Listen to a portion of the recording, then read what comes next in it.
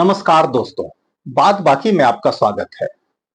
कभी देश की छात्र राजनीति या छात्र आंदोलन से निकले लोग अपने काम से देश का गौरव बढ़ाते थे, देश का मान बढ़ाते थे।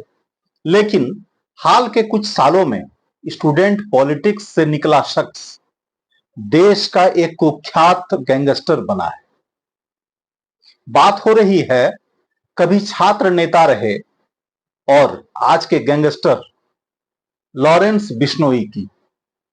उसका गैंग छोटे छोटे अपराधों को अंजाम देकर भारत में पनपा और देश के कई राज्यों में सक्रिय हो गया। इन राज्यों में झारखंड और बिहार भी शामिल है। अब तो हद इस बात की कि उसका गैंग दुनिया के कुछ देशों के लिए भी सिरदर्द बन गया है।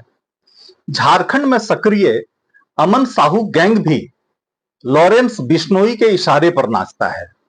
बिहार के गोपालगंज से लेकर पश्चिम बंगाल के कई इलाकों तक में लॉरेंस बिश्नोई का गैंग सक्रिय है, उसका नेटवर्क सक्रिय है।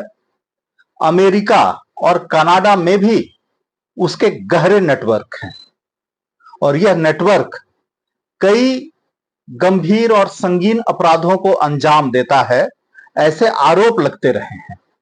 लॉरेंस बिश्नोई के गैंग के पास 1000 से ज्यादा शूटर्स हैं। मुंबई में पूर्व मंत्री और एनसीपी के लीडर बाबा सिद्दीकी के कत्ल और कनाडा में खालिस्तानियों को टारगेट करने के कनाडाई सरकार के आरोप के बाद लॉरेंस बिश्नोई का गैंग कई देशों में चर्चा का विषय बना हुआ है, खासकर भारत में।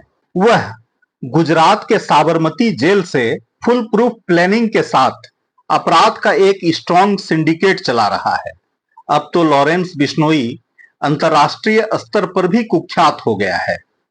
भारत और कनाडा के बीच बढ़ते राजनयिक तनाव के बीच कनाडा ने आरोप लगाया है कि भारत के इशारे पर लॉरेंस बिश्नोई गैंग खालिस्तानी समर्थकों को निशाना बना रहा है।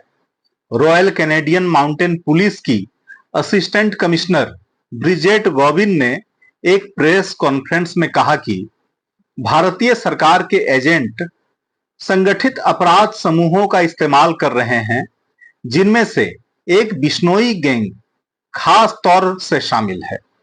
इसके उलट भारत खुद भी लॉरेंस बिश्नोई से परेशान है। साथ ही भारत ने कनाडा के उल जलूल आरोप को सिरे से खारिज किया है। दूसरी ओर राष्ट्रीय जांच एजेंसी यानी एनआईए की रिपोर्ट में लॉरेंस बिश्नोई और उसके सहयोगी गोल्डी बरार का खालिस्तान समर्थक संगठनों से संबंध उजागर हुआ है। बताते हैं कि बिश्नोई गिरोह कथित तौर पर भारत के 5 राज्यों में 1000 से ज्यादा शूटरों के साथ काम कर रहा है, जिसकी पहुंच भारत के बाहर भी है। लॉरेंस बिश्नोई गैंग का जाल कई देशों में फैला है, खासकर उत्तर अमेरिका में।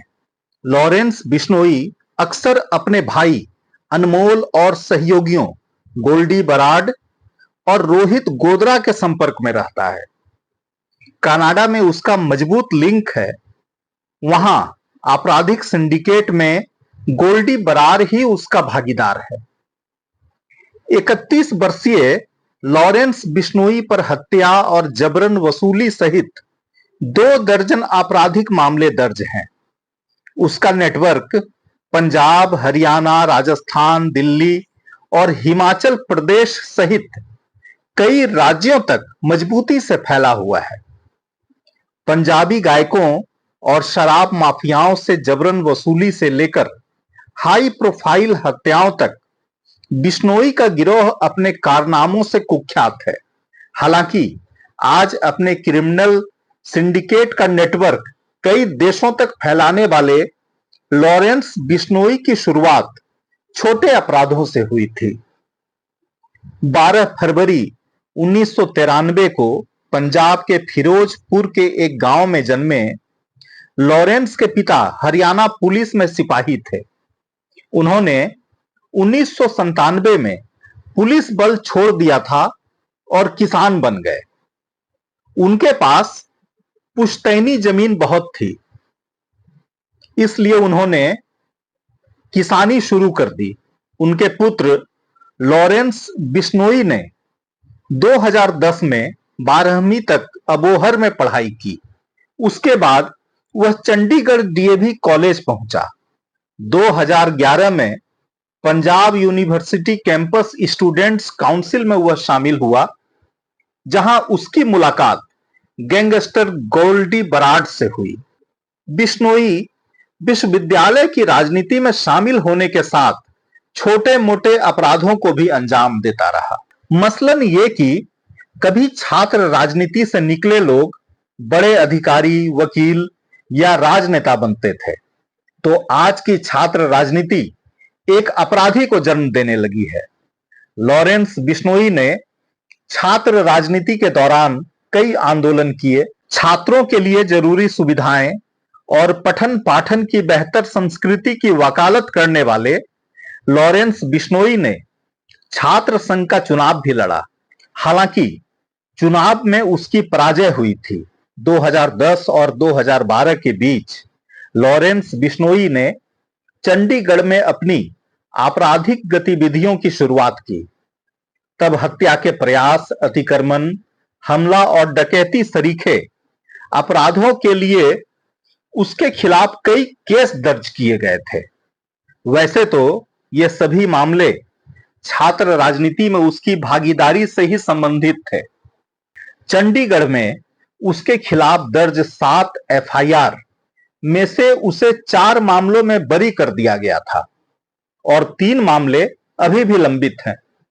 जेल में रहने के दौरान बिश्नोई ने सलाखों के पीछे रहकर अपराधियों के साथ गठजोड़ किया।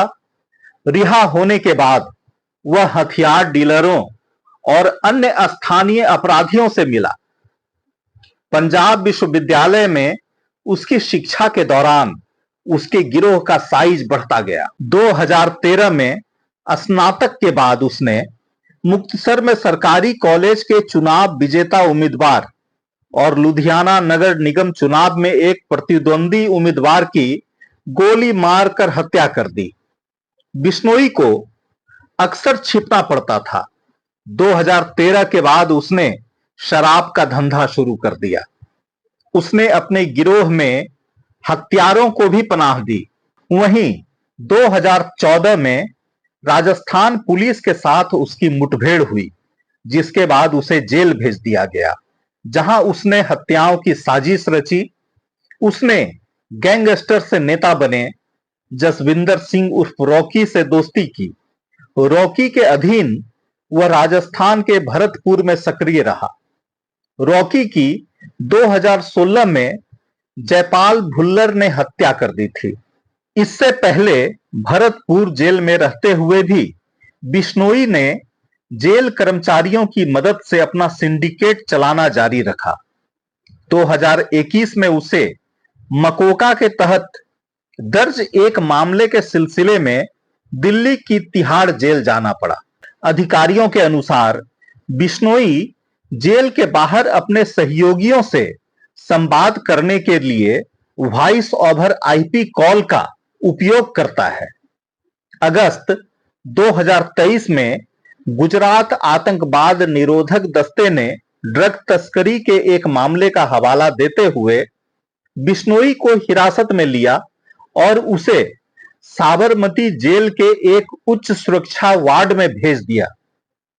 2018 में लॉरेंस बिश्नोई के एक करीबी सहयोगी संपत नेहरा ने कथित तौर पर सलमान खान के आवास की रेकी की।